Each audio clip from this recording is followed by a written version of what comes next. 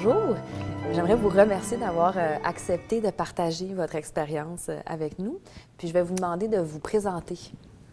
Ça me fait plaisir de partager l'expérience pour tout le monde qui souffre de migraine. Je m'appelle Monique, j'ai 72 ans. Je souffre de migraine depuis plus de 40 ans.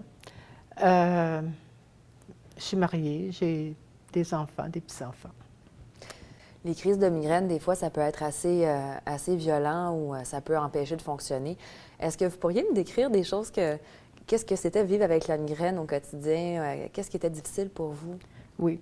Bien, j'avais peur, disons aussi, en certaines saisons, les canicules, quand c'est très humide et chaud. Alors, pour moi, c'est un petit enfer parce que j'ai des maux de tête presque tout le temps et c'est un déclencheur majeur de crise de migraine pour moi. Aussi, ce que je trouvais difficile, c'est que quand on commence une crise de migraine ou quand on a mal à la tête, on devient irritable. Et c'est pas mon caractère. Et moi, je suis une bonne vivante, j'aime rire et tout ça. Et eh bien, c'est pas le fun parce que tu te sens coupable en plus. Hein. Il y a beaucoup de culpabilité. Beaucoup de culpabilité à tout point de vue. Disons, un autre point de vue, ce serait que je me demande qu'est-ce que je fais de pas correct? Comment ça se fait que j'ai des crises de migraine comme ça? Je dois faire quelque chose de pas correct. Bon, alors, beaucoup de culpabilité. Ça, c'est dur à vivre. Puis pour planifier des événements, pour faire des choses, organiser votre vie, ça ne devait pas être facile tous les jours non plus? Non, mais j'ai vécu avec l'idée de... je pensais à mon lit de mort. Sur mon lit de mort, là, si je dis j'ai rien fait parce que j'avais des migraines, là, non, il faut que je vive ma vie. Alors, j'ai vécu ma vie, mais très difficile, effectivement, parce que faut planifier, puis là, tu te dis, bon, mais cette journée-là, comment je vais être?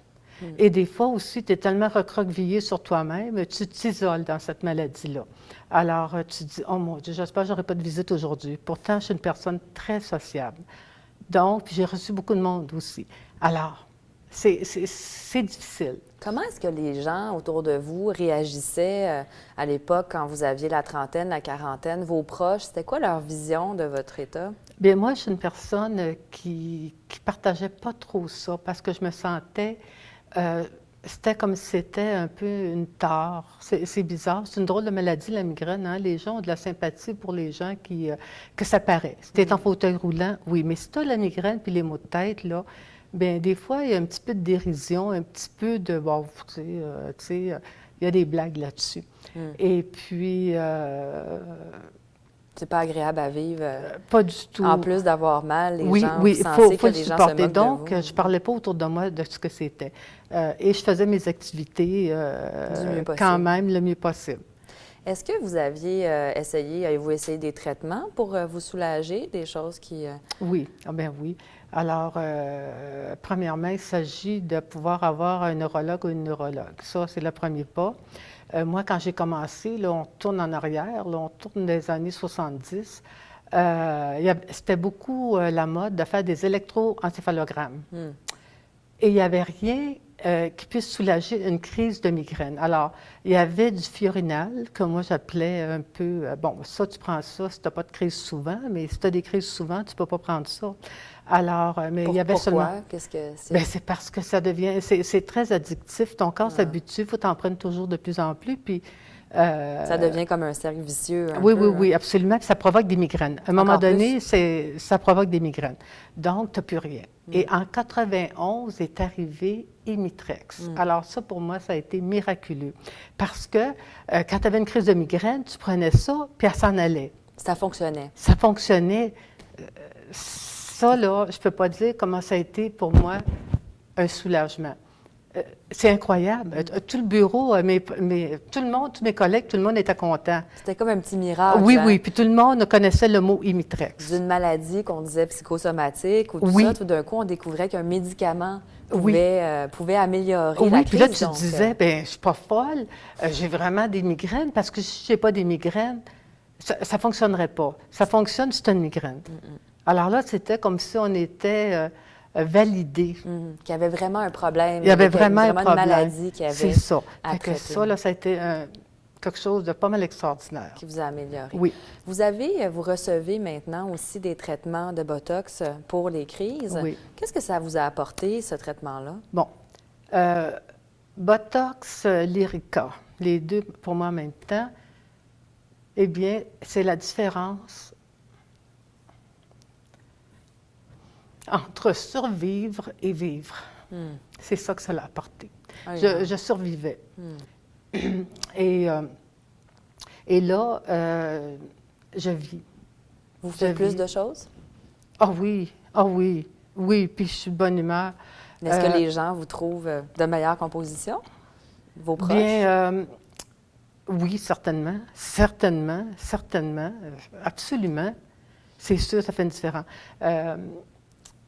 Ça m'aide aussi à aider les autres. J'avais quelqu'un dernièrement qui avait besoin. J'allais voir la personne tous les jours, puis j'aurais jamais pu faire ça si je n'avais pas ce traitement-là. Donc, ça a amélioré pour vous votre qualité de vie? Ma qualité de vie à tout point de vue.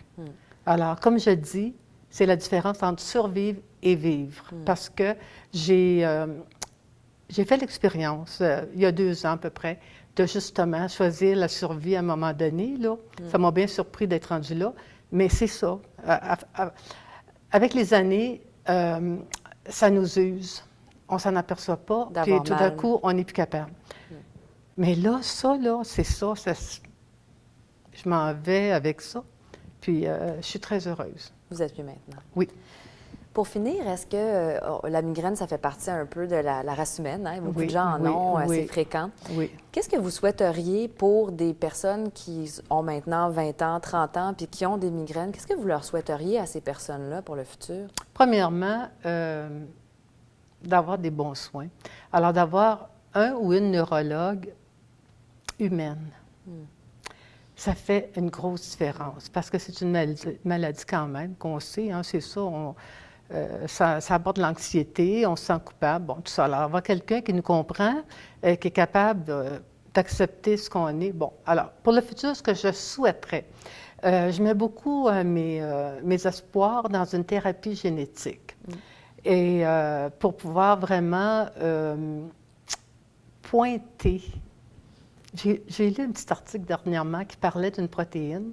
Et alors, si on est capable de voir vraiment ce que c'est, alors la médication, elle va être plus ciblée. Donc, de mieux comprendre. De mieux comprendre ça, de mieux passe. comprendre la maladie. Et c'est ça, d'avoir des médicaments qui permettent de survivre et de vivre. Et de fonctionner. Et de fonctionner surtout. C'est ça. Alors, quand tu dois aller au travail et que tu as une migraine, c'est pas drôle. Et il y a des choses que tu ne peux pas faire quand tu... Quand on est en pleine crise. Bien oui. Moi, j'avais la chance d'avoir un emploi. Je travaillais à l'administration ressources humaines et je pouvais rentrer dans mon bureau, fermer la porte et faire mes choses. Mais je passais près d'une école, puis toutes les fois, je me disais, les professeurs, là, je ne pourrais pas aujourd'hui, moi, enseigner. Alors, c'est ça. C'est quelque chose, vivre avec cette condition-là. Oui, mais j'ai bon espoir pour les jeunes qui vieillissent avec ça. De toute façon, c'est mieux qu'il y a 40 ans. Donc, il y a déjà eu une Alors, amélioration. oui, exactement. Ça s'améliore tout le temps. Alors, puis là, il va y avoir, on voit Migraine Québec, là, c'est un espoir aussi d'être moins isolé, de pouvoir se parler, de pouvoir... J'étais isolée, moi, je souhaitais ça, d'avoir... Une communauté. C'est ça, une communauté, être capable de juste partager avec des gens qui vivent les mêmes choses. Bien, c'est ce que vous avez fait en donnant aujourd'hui votre témoignage, puis je vais vous remercier d'avoir partagé ça avec Bien, nous. ça me fait tellement plaisir. Merci. À vous. C'est super.